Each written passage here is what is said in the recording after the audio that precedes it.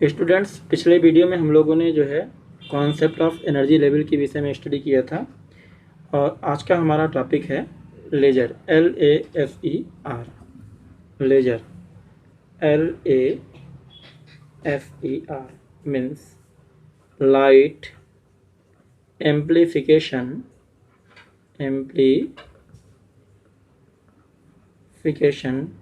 stimulated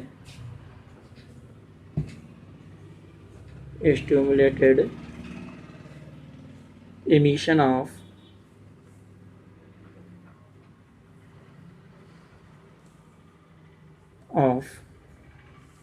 radiation।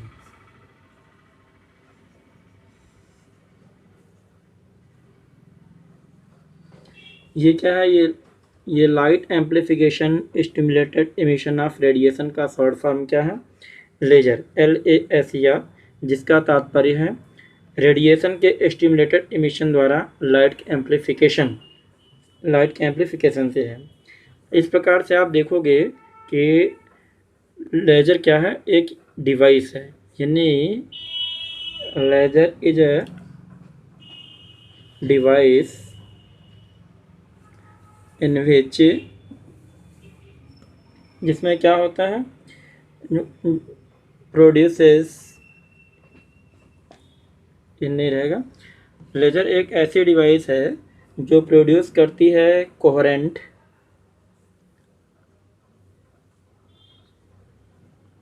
और कैसा, monochromatic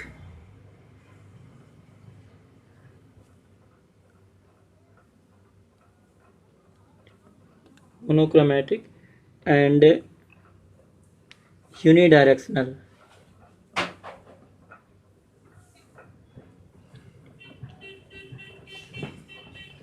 unidirectional intense beam को जो है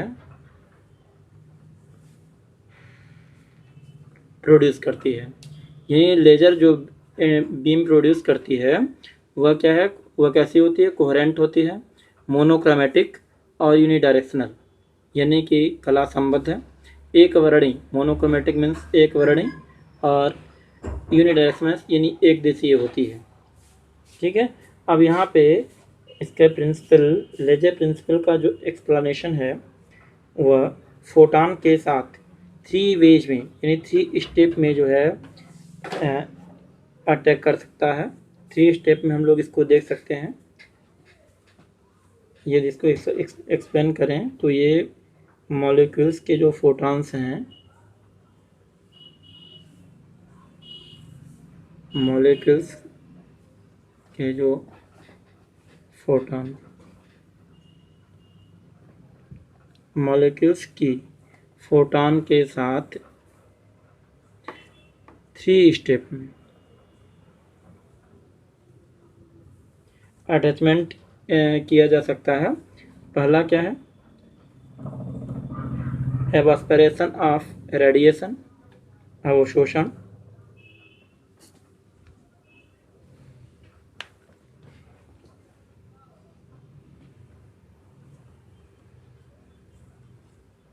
ऑफ रेडिएशन यानी विकिरण का अवशोषण। सेकंड हमारा क्या है? स्पॉन्टेनियस एमिशन,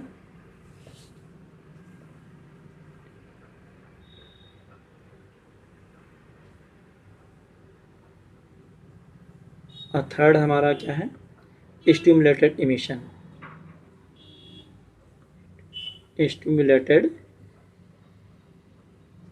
एमिशन, आइए हम लोग जो है एवास्पिरेशन की बात करते हैं। फर्स्ट क्या है हमारा? एवास्पिरेशन ऑफ रेडिएशन।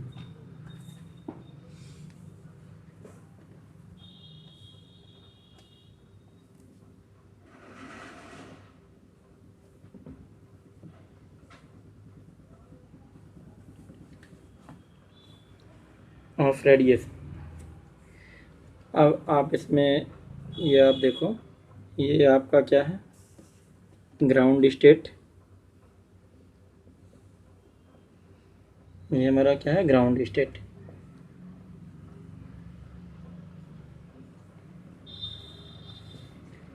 ये हो गया हमारा E1।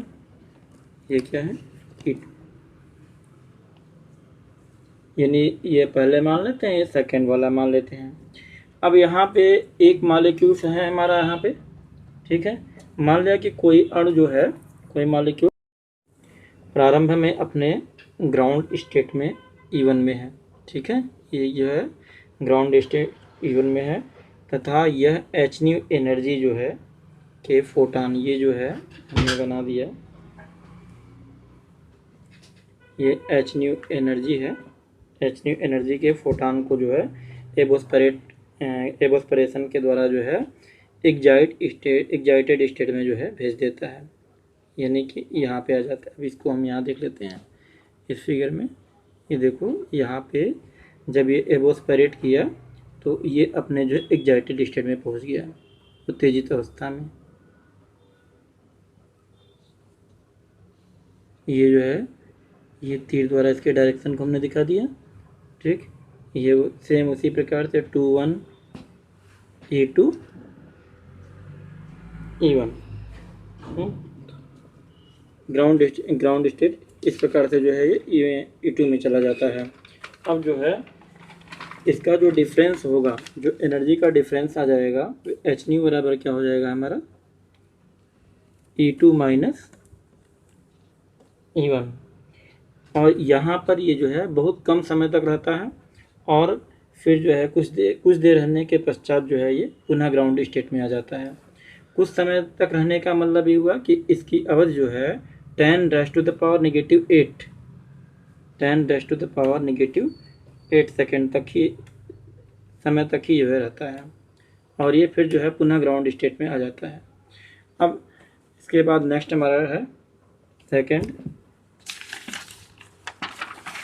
Spontaneous emission.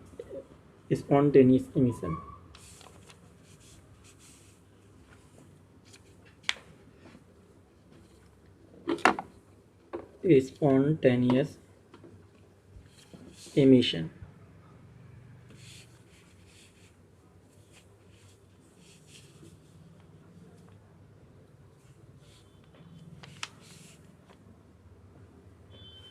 Spontaneous emission.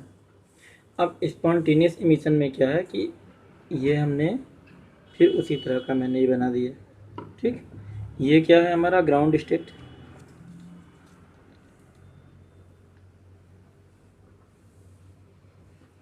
ये क्या है E1, और ये क्या है हमारा E2। ये 2 हो गया और ये 1 हो गया। अब ग्राउंड स्टेट में यहाँ पे उसी प्रकार से जैसे पहले था मॉलिक्यूल्स हमारा है, अब ये जो है यहाँ पे आ जाता है एग्जाइटेड स्टेट, ये है EX एग्जाइटेड स्टेट। अब यहाँ पे ये मॉलिक्यूल्स हैं, ठीक। अब यहाँ पे ये 10⁻⁻8 सेकेंड तक रहने के बाद जो है ये अपने ग्राउंड स्टेट में आ जाता है। लेकिन यहाँ पर जब ये 10⁻⁸ सेकेंड तक जब ये रहता है, उस दौरान जो है ये एक फोटान और एग्जाइट करता है, इमिट करता है। ये हमने यहाँ लिखा E2 2 और ये 1 E1, और तब ये यहाँ आता है, ठीक है। देखिए पिछले में एबोस्परेशन में क्या था कि मॉलिक्यूल्स एबोस्परेट होकर के एग्जाइटेड स्टेट में पहुँचता था, और वहाँ 10⁻⁸ सेकेंड के बाद जो है वह ग्राउंड स्टेट में पहुँच जाता था। यहाँ पे स्पॉन्टेनियस एमिशन में क्या है कि एग्जाइटेड स्टेट से में 10⁻⁸ सेकेंड तक रहने के दौरान जो है यह h न्यू ऊर्जा के फोटान को जो इमिट करता है। यहाँ पे ये इमिट कर रहा है, ये h न्यू ऊर्जा का फोटान है, और ये जो यहाँ पे 10 मतलब यहाँ से यहाँ तक आने के दौरान ये जो है एक फोटान h न्यू ऊर्जा का इमिट करता है। इसको हम लोग क्या कहते हैं, स्पॉन्टेनियस एमिशन, ग्राउंड स्टेट में आ जाता है। अब इसका जो एनर्जी का डिफरेंस क्या होता है यहाँ पे, h nu equal to E2 minus E1। अब यहाँ पे इमिटेड फोटान जो है, emitted photon do not spontaneous, और यहाँ पे इमिटेड फोटान जो है हमारा कभी सेम नहीं हो सकता है, और ना ही जो है कोहेरेंट, यानी कि emitted photon not in a same phase, ये सेम फेज में नहीं हो सकता है। दूसरा, ये जो है नो कोहेरेंट, ये कला संबद्ध भी नहीं है, यहाँ पे कोहेरेंट भी नहीं है। It is a natural radiation process of all element. Next है हमारा थर्ड, स्टिमुलेटेड इमिशन।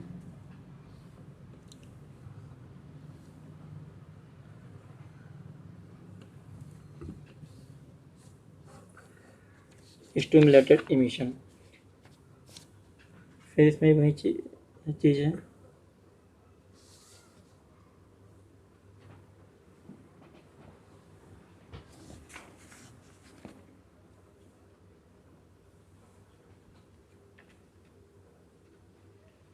ये जो है 2 1,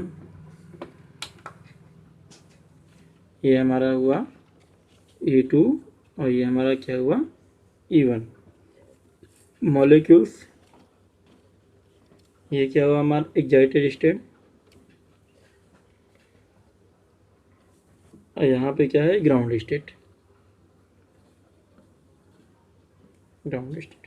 अब यहाँ पे ये मॉलिक्यूल्स है हमारा, ये जो है एक्साइटेड स्टेट में है। अब यहाँ से जब ये 10⁻⁻8 सेकेंड स्टेबल करने के दौरान यहाँ से ये जब नीचे की तरफ आता है, इस दौरान हमने बताया कि ये जो है एक फोटान जो है इमिट करता था। यहाँ पे स्पॉन्टेनियस इमिशन में हमने बताया था कि ये इमिट करता था। अब यहाँ पे जब ये इमिट किया तो ये इसके द्वारा जो है जो इंसिडेंट किया जाता है, यानी कि मान लिया कि एक मॉलिक्यूल्स प्रारंभ में क्या करता है कि एक्साइटेड स्टेट E2 में है, ठीक।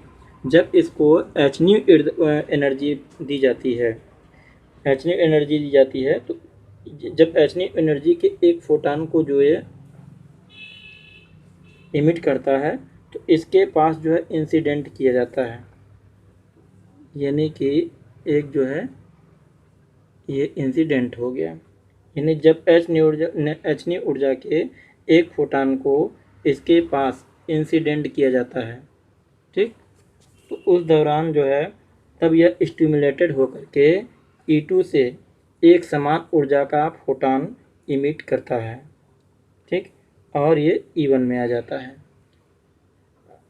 अगेन ये देखिए यहाँ पे फोटान एक्साइटेड स्टेट में है और ये जब एक फोटान को इमिट किया तो इसके द्वारा पुनः इंसिडेंट किया जाने पर ये जो है एक दूसरा फोटान प्रोड्यूस हो गया। यह स्टिमुलेट होकर के जो है एक नया फोटान हमें प्राप्त हुआ। और ये समान ऊर्जा का फोटान इमिट करता है और ये E1 में आ जाता है। यह प्रक्रिया क्या कहलाती है? स्टिमुलेटेड इमिशन कहलाती है, स्टिमुलेटेड इमिशन। और यहाँ पर भी जो एनर्जी का डिफरेंस है वे क्या है? E2 minus E1। और यहाँ पे क्या होता है? इमिट फोटान और इंसिडेंट फोटान। देखिए ये हो गया हमारा इमिट फोटान है और ये इंसिडेंट फोटान है, ठीक है। अब ये जो है इनकी जो कला होती है, इनका जो फेज होता है वे सेम होता है। यहाँ पर जो इमिट फोटान था वे जो है वे नो कोहेरेंट था और सेम फेज में नहीं था। यहाँ पर क्या था कि यहाँ पे जो इमिट हुआ फोटान और जो इंसिडेंट फोटान, ये दूसरा और इंसिडेंट फोटान, ये दोनों क्या है? सेम फेज में होंगे। अब इसके बाद बात उठती है पॉपुलेशन इन्वर्जन की।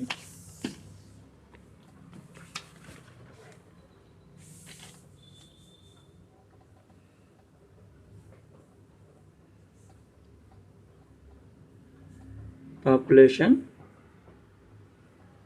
इन्वर्जन, पॉपुलेशन इन्वर्जन में अब जैसा कि आप देखोगे ये हमारा, फिर हमने ये ग्राउंड स्टेट बनाया और एक एक्साइटेड स्टेट बनाया हमने, ये इतना लेते हैं।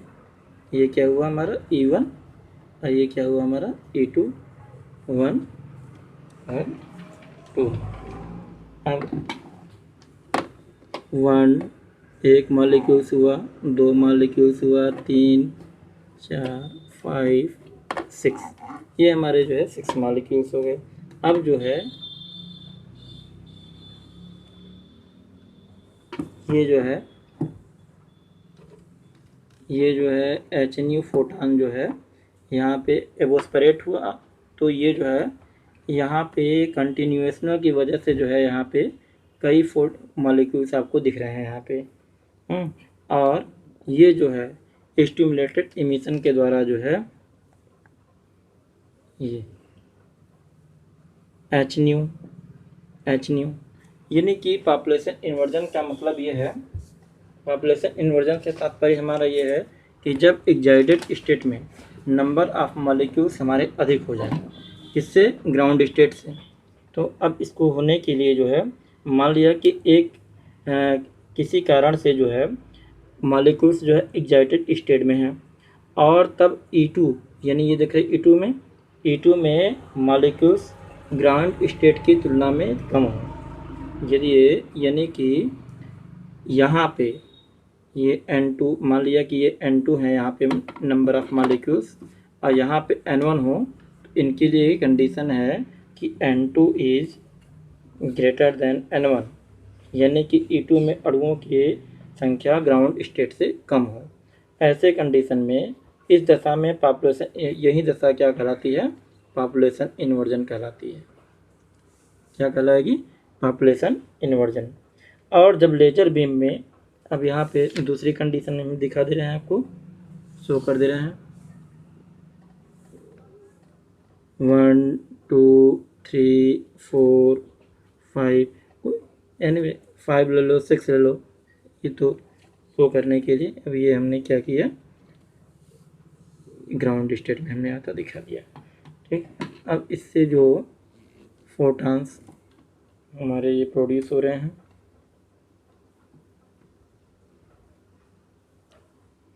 ये क्या हुआ? HNU यानी सबकी एनर्जी क्या है? HNU। ये हमारा क्या है? E2 E1 1 2। अब यहाँ आप देखेंगे कि जब ये एक फोटान इमिट करता है, तो ये अभी हमने बताया था स्टिमुलेटेड में कि ये जो है इंसिडेंट फोटान इमिट करता है, और जो ये इंसिडेंट फोटान प्रोड्यूस होते हैं, ये जो होते हैं मल्टीपल में होते हैं। जैसे देखिए यहाँ पे ये 2 आ रहे हैं यहाँ पर, तो 2 2 जा 4, तो ये आपका जो है 4 टाइम जो है इसका ये HNU फोटान शो कर रहे हैं। अब ये मान लीजिए 4 आएंगे, तो 4 2 जा 8, यानी कुछ है मल्टीपल। ये अब तीसरी कंडीशन में भी दिखा रहे हैं आपको। अब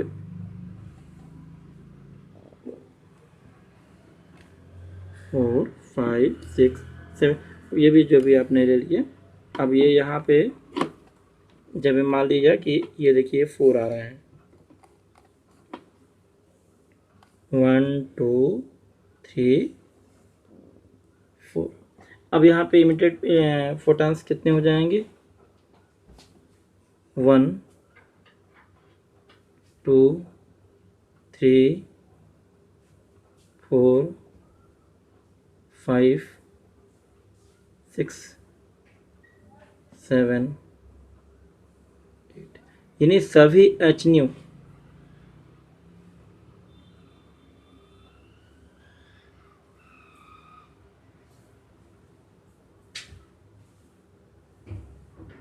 यानी ये सभी, चूँकि ये 4 मॉलिक्यूल्स की हम लोग चर्चा कर रहे हैं, तो जो फोटॉन्स, नंबर ऑफ फोटॉन्स जो इमिट हो रहे हैं, वे क्या हो जाएंगे? 8 हो जाएंगे। इस प्रकार से आप देखोगे कि जब लेजर बीम में फोटान अणुओं के द्वारा, यानी कि यहाँ पे मॉलिक्यूल्स हैं, जब लेजर बीम में मॉलिक्यूल्स के पास से गुजरते हैं फोटान, हमने कहा कि ये 10⁻⁸ सेकेंड रहने के बाद जो है जब ये ग्राउंड स्टेट में आने का प्रयास करेगा, तो उस दौरान जो है एक फोटान्स को इमिट करेगा। अब यहाँ पे ये फोटान चूँकि मॉलिक्यूल्स के पास से गुजर रहे हैं, यहाँ पे इसके नियर पास से गुजरते हैं, तो इस तरह पदार्थ में जो है गुजरते हैं, तो ये फोटान जो है स्टिमुलेटेड इमिशन के द्वारा जो है मल्टीपल रूप में जो है बढ़ते जाते हैं, ये जो है मल्टीपल रूप में इंक्रीज करे जाएंगे। तो ऐसे कंडीशन में ये फोटॉन्स तो बढ़े यहाँ पे, ठीक, यहाँ पे मॉलिक्यूल्स भी किस नंबर भी अधिक है। इस तरह पदार्थ में जो है कोहेरेंट लाइट बीम बाहर निकलती है। अब ये जो है इस तरह से हमारा इतने इतने फोटॉन हो गए, और ये जो है एक बीम के रूप में प्रोड्यूस होते हैं। और यहाँ पे जो है जितनी भी ये लाइट बीम बाहर निकल रही है, लेजर में लाइट एम्प्लीफिकेशन करने के लिए जो है पॉपुलेशन इन्वर्जन नेसेसरी है, ठीक। ये हमने बीम निकलती हुई दिखाया, और ये जो है पॉपुलेशन इन्वर्जन के लिए ज़रूरी है। इसमें बीम में जो है लेजर के लाइट एम्प्लीफिकेशन के लिए, यानी कि पॉपुलेशन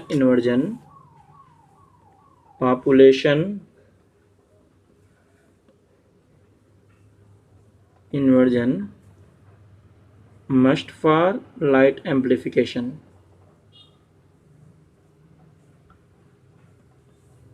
ठीक है, इस चीज़ को हम लोगों ने क्या कहा, पॉपुलेशन इन्वर्जन। अब इसके बाद बात आती है ऑप्टिकल पंपिंग की। ऑप्टिकल पंपिंग,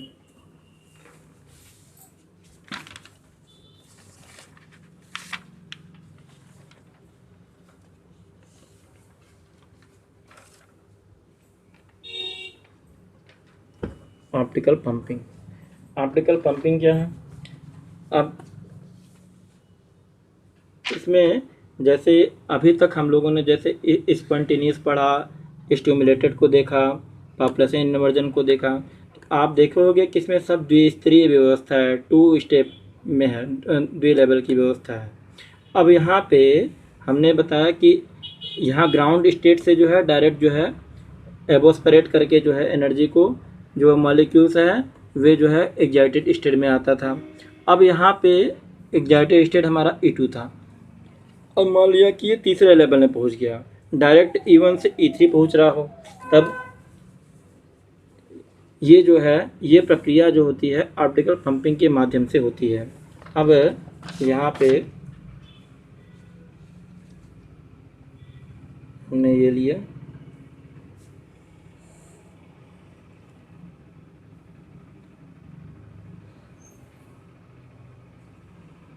ये हमारा क्या है E3, और ये हुआ E1। अब ये सपोज करिए कि मॉलिक्यूल्स एवोस्परेट होकर के हमारा जो है डायरेक्ट इसमें आ रहा है।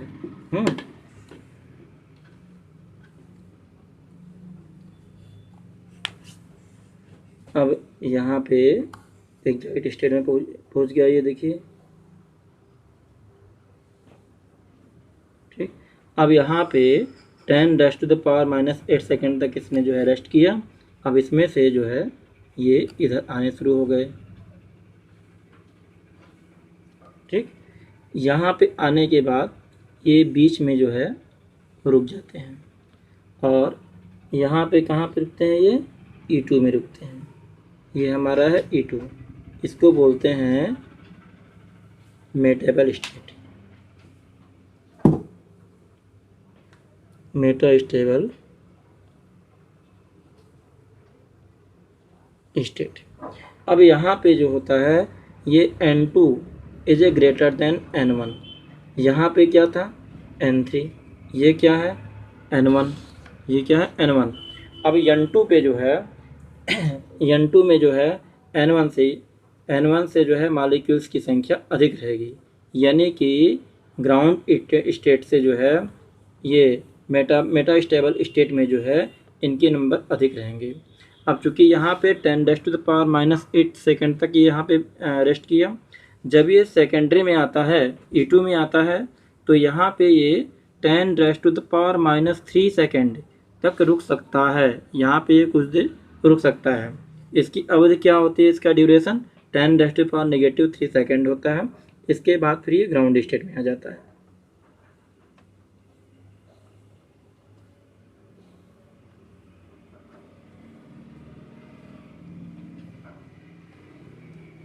H⁻, अब यहाँ पे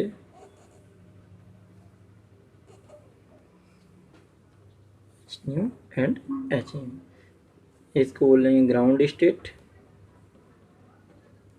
ये एक्साइटेड स्टेट, ये हमारा है एक्साइटेड स्टेट, एक्साइटेड स्टेट।